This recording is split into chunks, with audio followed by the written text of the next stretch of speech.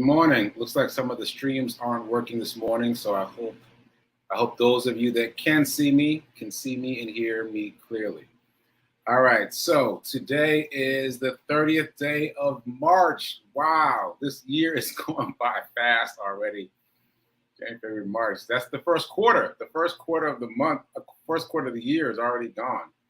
Anyway, today is the 30th day of March. This is the 63rd episode of season 3 of the Be Your Own Hero show. HERO is an acronym. It means helping everyone reach optimism. In other words, helping others helps you. It's a reciprocal action. I'm your host. I'm Sekou. I call myself a professional creative, and I'm also the creator of what we're now calling the HERO Ministry Movement, soon to be a nonprofit.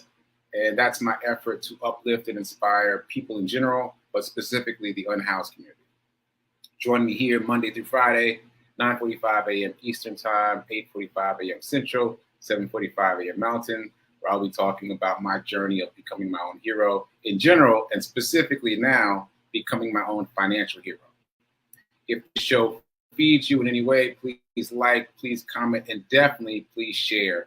Please share, because that's how other people find out about the show. And if I forgot to do my disclaimer before I move on. Let me do my disclaimer. I'm not a personal trainer, nor am I a financial advisor, so do your own due diligence. But I hope that you get something out of me talking about the things that I've learned about wealth and abundance and finance over the past couple of years, and I hope that it serves you. Okay. So I think that's it. That's all my introductory stuff. I think this is going to be a quick episode. Let's see. So HERO Ministry Movement news. Before I get into the HERO Ministry Movement news, I've got a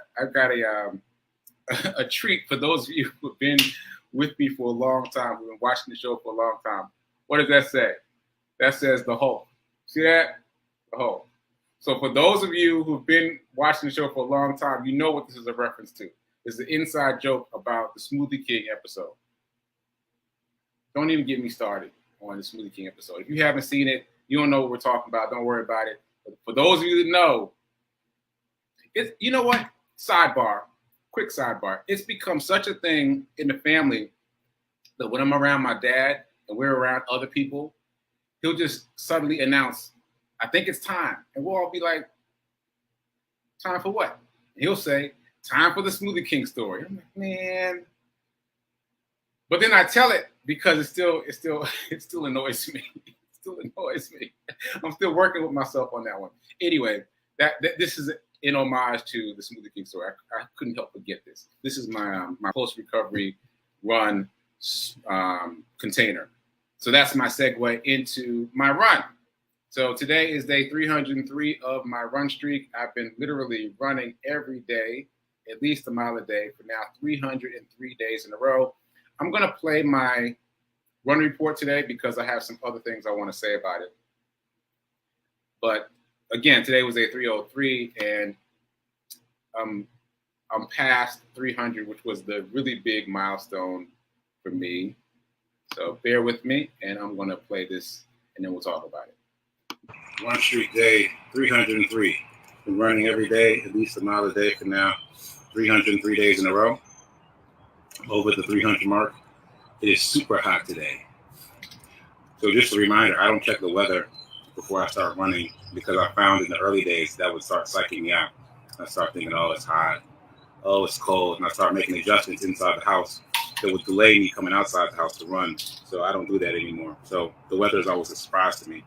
So I came out today in my hoodie, in my hero hoodie, and I was like, okay, we got to make a new plan.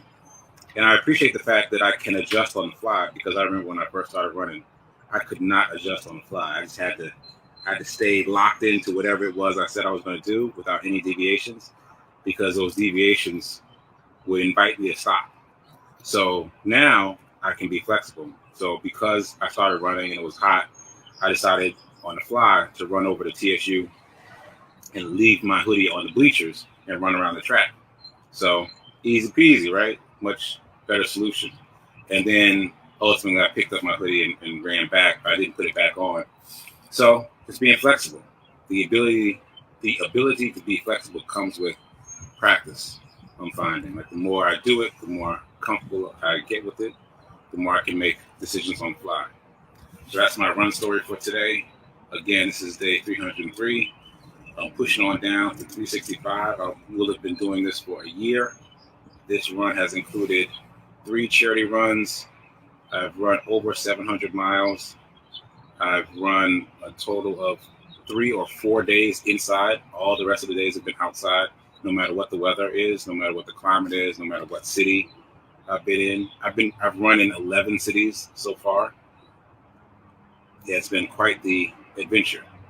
All right, so stay tuned and check me out on my show, the Be Your Own Hero Show, coming up at 9:45 a.m. Eastern, 8:45 a.m. Central. I'll see you there. Till then, keep doing. Be a hero. Be your own hero. Just do it. And remember that now is better than perfect. There.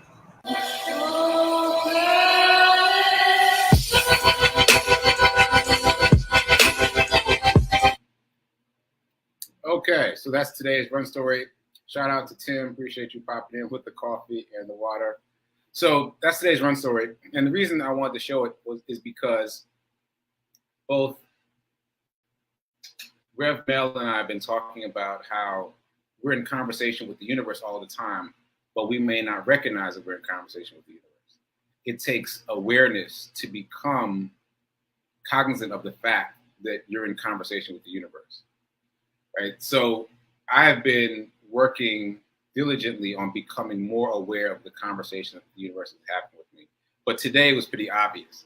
So I left that run story. I created that run story, posted it.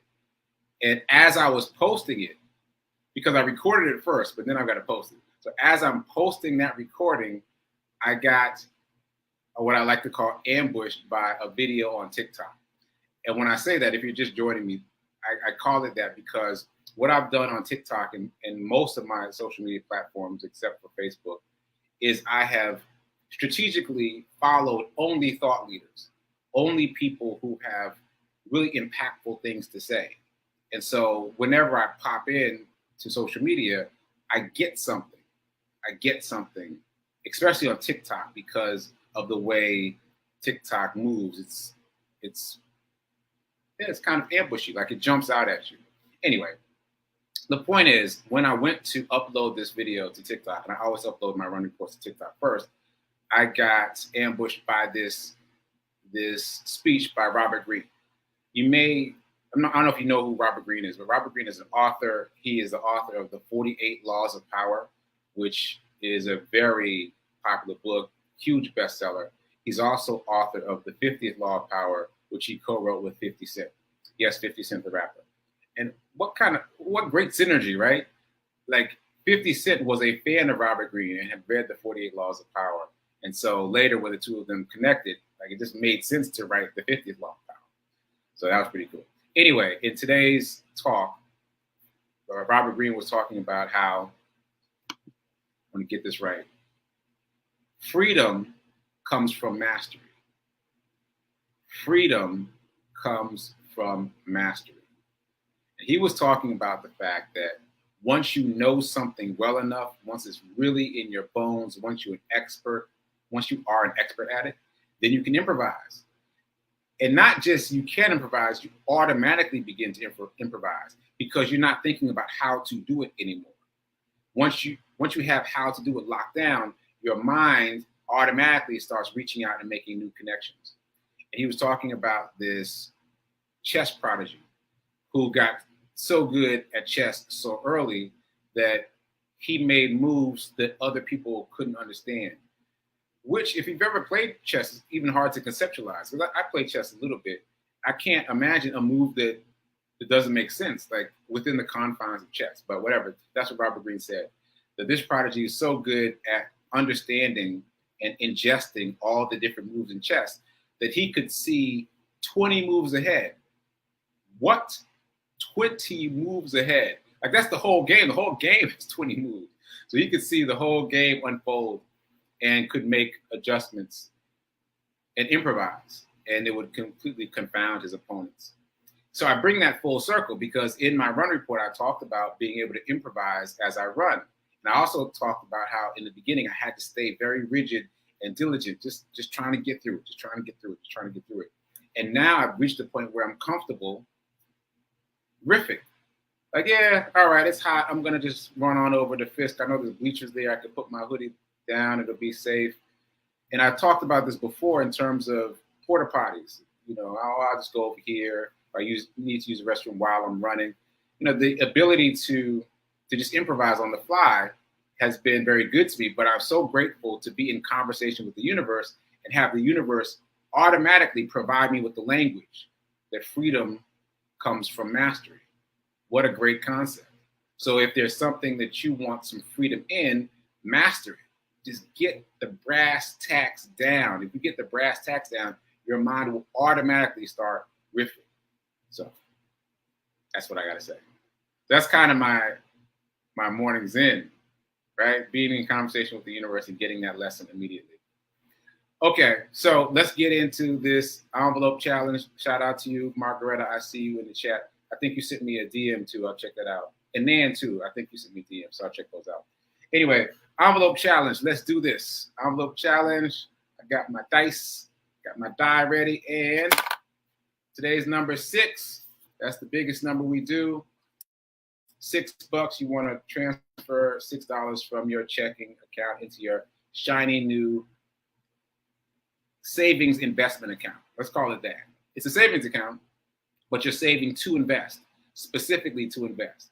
So you know that that's what that money is for, and then you set a dollar amount that you're trying to reach, like $100, and then go invest it, and then start over. So if you haven't started yet, start today. $6. $6 isn't going to hurt you. That's a cup of coffee at Starbucks, which is kind of crazy, but it is a cup of coffee at Starbucks. So transfer $6 from your checkings into your savings account, into a different savings account, but not your usual savings account.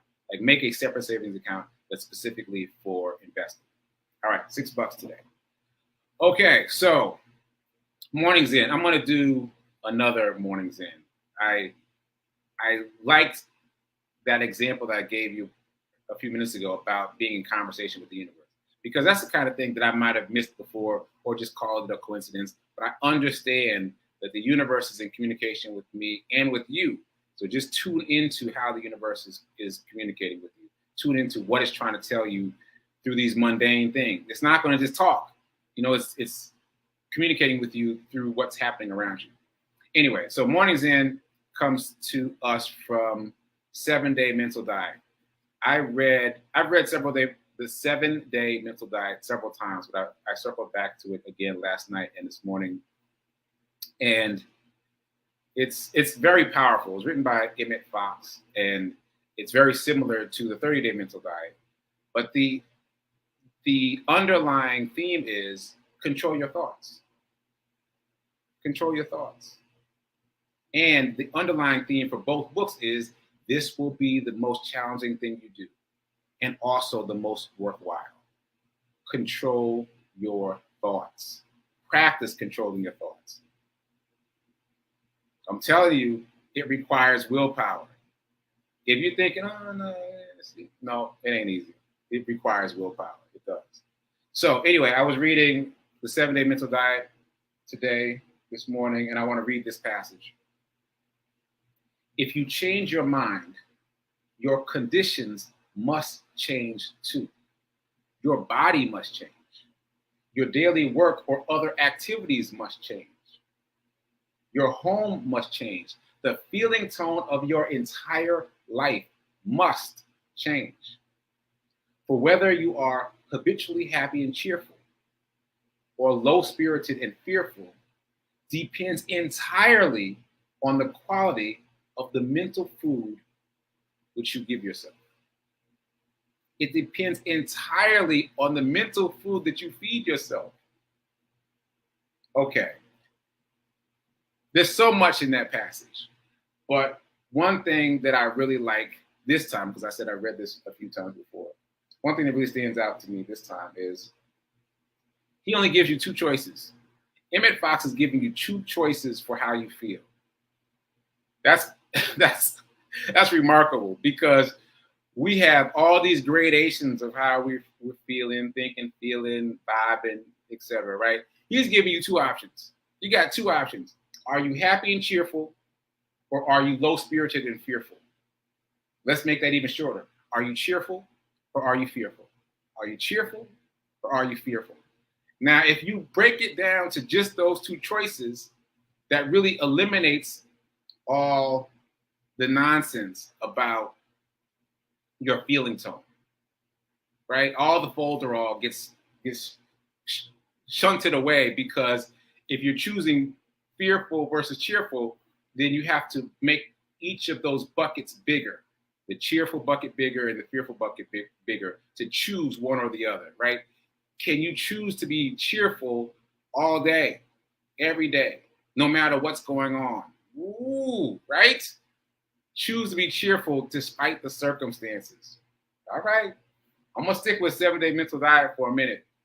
And it's all like that. It's all very much in your face. Like, what you doing? What you doing with your thoughts? Are you really exercising control over your thoughts? Which takes us back to yesterday. So if you watched the show yesterday, I talked about the Oscars a little bit. I talked about Fee King a little bit. And I talked about the similarities and the differences between how Jill holds her alopecia and bald head and the way Fee King holds her alopecia and bald head. And I just underscored the fact that it's a choice. And Fee King didn't see the episode, but I sent it to her, and it moved her. And she has since reposted it in several places, and she was struck by it. And what she appreciated most is that I am acknowledging that it was challenging for her. It was challenging for her to get to the place where she could hold it lightly, where people can ask her things like, do you have cancer? And she can respond with a joke. Where people ask her what happened to your hair and she can not be offended. Like, it took effort to get there, but she's gotten there now. And so she appreciated that acknowledgement. And I appreciated all the feedback. Not only did I get feedback from her, but I got feedback from several different people who were really touched by what I said and grateful for the different perspective that I gave about the Oscars. So I am grateful for that, because I kind of felt like I was just freestyling. I was in the flow, as Linda would say. I was in the flow, and I wasn't sure how that was going to land. But I'm glad it landed with some people. I got some comments from some people who I don't even think regularly watch the show, some other people out there in the world. So that was very fulfilling for me. And it all goes back to choice. Like, we first have to recognize that we have a choice in how we respond to anything and everything. Everything that happens is a neutral event. And that's not the way we think about it. Certainly it's not the way I've thought about it my whole life. This is new for me too. But everything that happens is a neutral event. Everything. You attach feeling to it. You attach meaning to it. And you can change the feeling and meaning that you attach to it. It takes effort. It takes willpower. But you can shift the meaning and feeling that you attach to whatever happens. So anyway, that was a callback to yesterday. All right. So also another callback to yesterday, I was struggling with this quote, and I couldn't quite call it up yesterday. And I was trying to call it up, and it kind of drove me crazy. And I found it, and I can't believe what it is. Like, I can't believe that this bubbled up from my subconscious. And that, again, that's just a testament to the fact that it's all in there. All the things that you've learned, all the things you've experienced, they're all in there somewhere. So the quote that I was reaching for yesterday comes to us from a book called As a Man Thinketh by James Allen, which was written in the early 1900s. I want to say maybe 1905, like a really old book. Hence the language. And here's the exact quote that I was reaching for that I couldn't quite remember yesterday. Tempest-tossed souls battle to gain success, but success avoids the unstable. I'm going to read it again. This is from As a Man Thinketh by James Allen. And here's the quote. Tempest-tossed souls battle to gain success, but success avoids the unstable. Success avoids the unstable. I remember how struck I was by that when I first read it. And if you're an artist like me, you might be struck too. Because artists typically have a lot going on. We're kind of angsty. We got a lot of things going on in our heads. We're kind of tempest tossed in James Allen's words. And as artists, we're also striving for success. And his point is success is not coming to the place where the tempest is tossing, where there's a storm, where there's drama, where there's all this movement. Success comes to stable, secure places. It reminds me of something that Pitbull said. Pitbull is a rapper, and I saw him on a program relatively recently. And he said, if you chase money, it runs. So you can insert success for that. If you chase success, it runs. If you chase money, it runs. If you chase wealth, it runs. If you chase abundance, it runs. It doesn't work like that. It doesn't work that way. You have to attract it. And how do you attract it? You change who you are. You change how you think, and then it comes to you. It's very much like a cat. It's very much like a cat. Anybody who's had a cat can relate to this, right? If you pick up the cat, what's it going to do? It's going to be, come on, man. Come on. That's enough. That's enough, right? And then it's going to run away. But then when you're minding your own business, the cat will come and get right up on the middle of whatever you're doing, right up on a laptop, right on your lap, right in the middle of whatever you're doing. When you're calm and collected and peaceful and you're not chasing the cat, then the cat comes to cuddle with you, right? I know the cat people can relate, right? So same thing. Tempest-tossed souls battle to gain success, but success avoids the unstable. So become stable. Whether you're an artist like me or not, become stable by securing your mind, by understanding that everything that happens is a neutral event, by understanding that you can choose cheerful over fearful every day in every situation. Choose cheerful and watch your abundance increase as more things come to you because they're attracted to your state of mind. All right. Moving on, let's get into some abundance. Speaking of abundance, let's get into some abundance. Let's do our affirmation. We're going to do it twice. First for the words and then for feeling. So first time. I am so happy and grateful to be a multimillionaire in every area of my life. Memorize those words. Now we're going to say it again out loud together with feeling, because the feeling tone is what gets it into the bones. I am so happy and grateful to be a multimillionaire in every area of my life. Ashe. All right. I see you, Linda. The language of the divine is symbolic. It comes to us in so many ways. Yes, it does. It does. And we've got to tune into it. We've got to tune into it, because if we don't tune into it, we'll miss it. I feel like I've been missing the conversation my whole life. I'm just now tuning into all the ways that the universe is trying to communicate with me and with you. So pay attention. All right. So here's my reminder. If you only spend, you'll what? Stay poor. If you only save, you'll what? Stay middle class. But if you want to become wealthy, if you want to move into that upper echelon, you must invest. It's not optional. You're not going to get there if you don't. You can't save your way to wealth. You can't save your way to wealth. It won't work. You have to invest. You have to invest. All right. So speaking of which, I want to talk about a couple things. One of which I mentioned already. Amazon says there's going to be a stock split. So Amazon shares are currently about $3,000 per share, and that's on sale. On sale, quote unquote, because of what's happening in the world with Ukraine, et cetera. Amazon stock is down a bit, and it's on sale at $3,000 per share. So seriously expensive stock, right? But they have announced that there may be a stock split in the very near future, which would bring the cost per share of Amazon down to $150 per share. Very accessible. And I was saying this to my mom yesterday, and I'll share it with you. I remember when not too long ago, $150 per share seemed like so much money. I was like, oh, I don't know. I don't know if I could do $150 a share. And now it seems like a discount. It seems like a steal, especially for Amazon. And so I say that to say, the more you dabble, the more you stick your toes in the water, the more acclimated you become to the temperature of the water, just like getting in a real pool. You got to get in it. You can't sit on the sideline watching the pool. You got to get in. You got to experiment a little bit, because getting in reaps rewards. I couldn't have predicted that at this point in this journey that $150 per share would sound like a deal to me. But it does because I've been in it. I remember the first time that I bought stock, and mind you, this is just during the pandemic. For those of you just joining us, I've only been investing for real and studying money and wealth and abundance since the pandemic.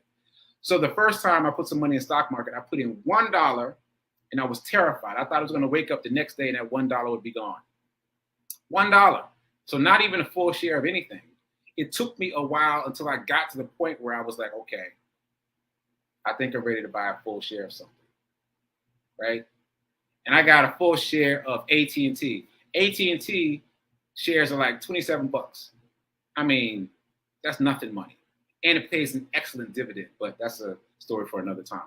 So anyway, the point is, get involved. If you're still sitting on the fence, if you're still sitting in the bleachers watching the pool, get involved even a little bit, because as you do, you'll become more comfortable. Okay, sidebar done. Back to Amazon. Amazon might do this split. I mentioned yesterday, I've been nickel and diming Amazon. I had $147 invested in Amazon on Cash App. So I threw another $10 in there so that now I have 157. So if it splits, boom, automatically I'll get a share. Plus I have another $7 in. And I said yesterday that my goal was to get $300 in so that I could get 2 shares of Amazon. But I don't know. That might now be a secondary goal, because I just heard yesterday that Tesla is about to do a split. Now, I was yesterday years old when I found out that a stock split could result in additional stock. What? Like, okay, this is the way the Wall Street Trapper explained it, and I've mentioned him before several times. So he says that the way that Tesla is splitting is if you already own shares of Tesla, you get more shares. What? And maybe that's the way it always works. Maybe that's the way it works in terms of Amazon too, but it's just the way he said it. It struck me differently. So you've already got shares of Tesla. It splits. You get more shares of Tesla. So Tesla, here's my sidebar about Tesla. I work in the automotive industry. One of the many things I do as a professional creative, I work in the automotive industry. And I have been not so excited about Tesla. I was like, oh, it's an electric car. Because I drive super high-end cars all the time. I was like, how different can it be? No. My friend here in Nashville let me ride in his Tesla, and we were on Expressway. And I'm going to tell this quick story. We're on Expressway, right? And he puts it in auto drive. And I was like, okay, this is pretty cool, but still similar to what I've experienced when I test drive high-end cars. But then there was, I won't forget this, there was a truck trailing a boat. And the truck trailing boat swerved into our lane. And my friend stopped really, hit the brakes really hard to let the truck and boat get in front of us.